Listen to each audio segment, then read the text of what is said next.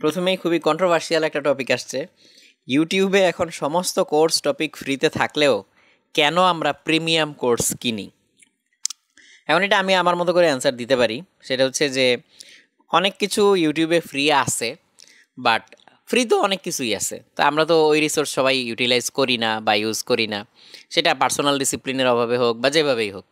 Premium course বা এরকম কিছু একটার মধ্যে যেই সুবিধাটা থাকে সেটা হচ্ছে যে একটা স্ট্রাকচারের মধ্যে থাকে, একটা রুটিনের মধ্যে থাকে, যে না অমুক দিন হয়তো অমুক ক্লাস হবে, তারপরে অমুক পরীক্ষা হবে, একটা দায়বদ্ধতা থাকে, এটা মানে কোনো ধরনের একটা লায়াবিলিটি থাকে।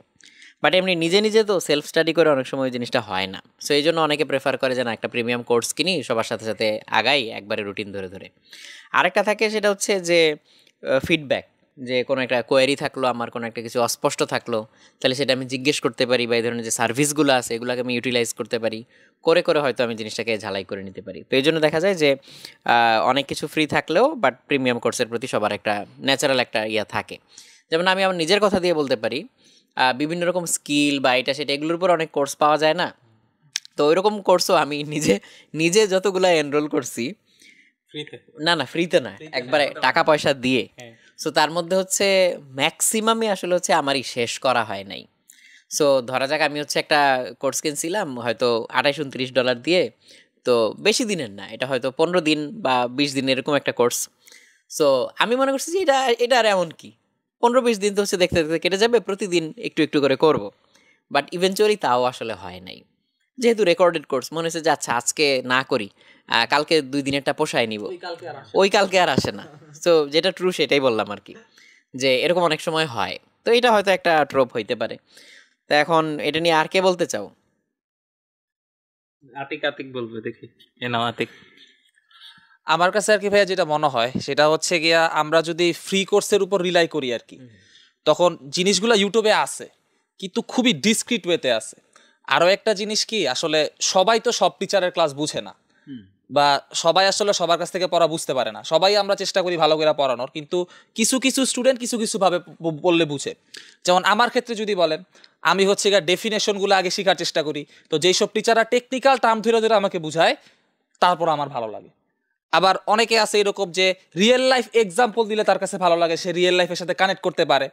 তো এই কারণে আমরা যখন একটা স্পেশালাইজড ওয়ে লার্নিং চাবো, যে আমাকে এই টিচার এরকম ভাবে পড়ায়, আমি চাই তার সাথেই অ্যালাইন করে পুরো জিনিসটা শেষ করতে, তখন কিন্তু আমি এই বেনিফিটটা পাই। কিন্তু এই ফ্রি কোর্সে এক একজন এক এক রকম ভাবে শিখায়, আমার কাছে পুরা পিকচারটা আসলে ক্লিয়ার হয় বলে আমার মনে হয় না। আমি জানি আমি এই জায়গা থেকে একটু, এই জায়গা থেকে একটু, এরকম এরকম জানি, কিন্তু পুরা বিষয়টা যে আমার ক্লিয়ার হবে একদম A to Z, বা একটা বই পড়লে যেরকম হয় ওই ডেপথ অফ নলেজটা আমার কাছে মনে হয় লং ভার্সনের যেই পেইড কোর্সগুলো আছে ওগুলা থেকে অনেকটা পাওয়া যায়। যার আগ্রহ থাকে সে কিন্তু আরো মানে মানে যার আগ্রহ থাকে সে কিন্তু অন্যান্য রিসোর্স এমনিও ঘাটে অমনিও ঘাটে, সো ওই ঘাটাঘাটি আসলে করেই।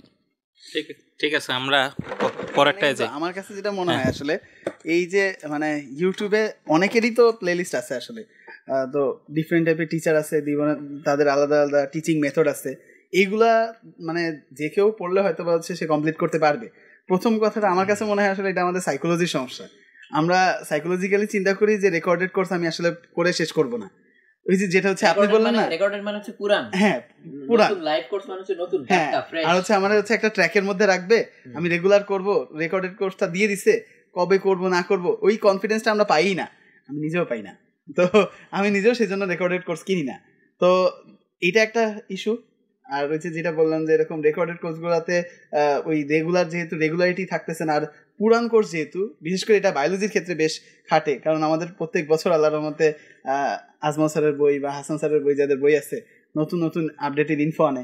সো সেই জিনিসগুলো আবার আগের বইতে নাই, সো সেই টপিকগুলো কাভার করার জন্য আমাদের নতুন কোর্স কিন্তু লাগে। সো প্রথম জিনিসটা আমার মনে হয় যে সাইকোলজি আমাদের আসলে বলে যেরকম আমাদের মানে নিজেরাই আসলে রেডি না রেকর্ডেড কোর্স কেনার জন্য, তা নাহলে হচ্ছে রেকর্ডেড কোর্স দিয়েও কিন্তু আসলে মানে সম্ভব, মানে কিছুটা মানে টু সাম এক্সটেন্ট কাভার করা সম্ভব, সম্পূর্ণ যাবে না, কিন্তু যাদেরই প্লেলিস্ট আছে বা যদি বলা হয় যেরকম আগেরকার যে আর্কাইভ ক্লাসগুলো আমরা দিই, এটা দিয়ে কিন্তু কাভার করা সম্ভব, কিন্তু যে আমরা রেডি না।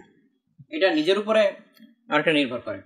যদিও প্রশ্নটা আসছিল হচ্ছে যে ফ্রি কোর্স ভার্সেস হচ্ছে প্রিমিয়াম কোর্স, আমি আবার যে কনটেক্সটে বলছিলাম সেটা হচ্ছে যে রেকর্ডেড ভার্সেস লাইভ, ওইরকম একটা কনটেক্সটেও চলে গেছিলো। সো আমি যে কোর্সগুলো কিনছিলাম সেগুলো হচ্ছে রেকর্ডেড পেইড কোর্স ছিল, মানে নামে প্রিমিয়াম কোর্স ডেফিনেটলি, বাট ওই রেকর্ডেড দেখে হচ্ছে ওই মোটিভেশনটা সবসময় কাজ করে নাই। হ্যাঁ, কিছু কিছু কোর্স কমপ্লিট করছি, কিছু কিছু আবার হচ্ছে করি নাই এরকম। আর সিফাত যেটা বললো সেটার সাথেও এগ্রি করি, মানে সব মিলাই মিশাই বিভিন্ন ধরনের কারণে এখানে আছে। আচ্ছা ভাই, কিছু জিনিস অ্যাড করি। এই যে ভাই ফ্রি প্লেলিস্টের কথা যে আমরা বললাম না, মানে দেখেন ফ্রি প্লেলিস্ট ধরেন আমি যদি এখন শুধুমাত্র ইউটিউবে সার্চ করি ভেক্টর, অনেকগুলো প্লেলিস্ট আসবে। কার কার আসবে মানে আমরা জানি যে কাদের প্লেলিস্ট আসবে। অনেকগুলো প্লেলিস্ট অলরেডি এক্সিস্ট করে। এখন হচ্ছে এই প্লেলিস্টগুলো হচ্ছে প্রিভিয়াস ইয়ারের স্টুডেন্টরাও করছে, হয়তো আপনার ধরেন নেটওয়ার্ক আছে, মানে তাদের কাছ থেকে আপনি জানতে পারছেন যে আচ্ছা এই প্লেলিস্টটা করলে ভালো, ওই প্লেলিস্টটা তুমি চাইলে অ্যাভয়েড করতে পারো। প্লেলিস্টের উপরে যে আমি রেটিংটা দিতেছি এটা কিন্তু পুরোপুরি পার্সোনাল টেস্ট আর চয়েসের উপরে। এটা কিন্তু এমন না যে মানে আমার কাছে যেটা ভালো মানে হচ্ছে আপনার কাছে এক্স্যাক্টলি ওইটা ভালো হবে, কারণ আমার লার্নিং কার্ভ আর আপনার টিচিং কার্ভ কিন্তু সেম না।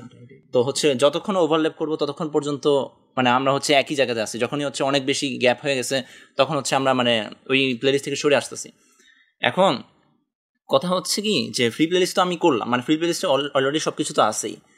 প্রিমিয়াম কোর্সে কিন্তু সিমিলার জিনিসটাই থাকে।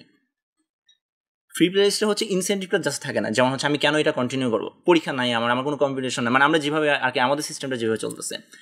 এখন কোয়েশ্চেন হইতেছে যে যদি আমরা ফ্রি প্লেলিস্টের মধ্যে এই ইনসেন্টিভটা আনতে পারি, আপনার কি মনে হয় যে মানুষ প্রিমিয়াম কোর্স কেনা বাদ দিয়ে ফ্রি কোর্সে হচ্ছে সুইচ করবে? অলরেডি কিন্তু এরকম প্লেলিস্ট আছে। জ্যাকব ক্লিফোর্ডের কথা হচ্ছে আমি কয়েকদিন আগে বলছিলাম ভাই, যে ইকোনমিক্সের হচ্ছে উনি কোর্স মানে প্লেলিস্টটা বানাইছে। ওইখানে হচ্ছে ওনার প্রথমে হচ্ছে উনি একটা স্পাইসি জিনিস মানে হুক থাকে, দেন হচ্ছে উনি এক্সপ্লেন করে, উনি মেমোরি টুল দেয়, দেন হচ্ছে লাস্টে কুইজ থাকে।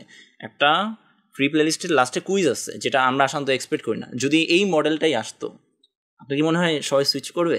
সবাই না করলেও কেউ কেউ হয়তো করবে, বাট অনেকে হয়তো চাইবে যে মানে কোনো না কোনোভাবে হচ্ছে ওই কোর্স যারা বানাচ্ছে বা এটিএ করতেছে তাদের সাথে টাচে থাকতে, যে আমি হেল্প চাইলে হচ্ছে হেল্প পাবো। হয়তো সবসময় হেল্প লাগবে না, বাট ওই নোশনটা হয়তো কাজ করবে যে স্টিল আমি একটা লাইভ কোর্সই করবো, তাহলে এখানে হচ্ছে আমি আদার্স যেসব সার্ভিসগুলা সেই সার্ভিসগুলা হচ্ছে সাথে পাবো। এটা একটা মোটিভেশন হইতে পারে।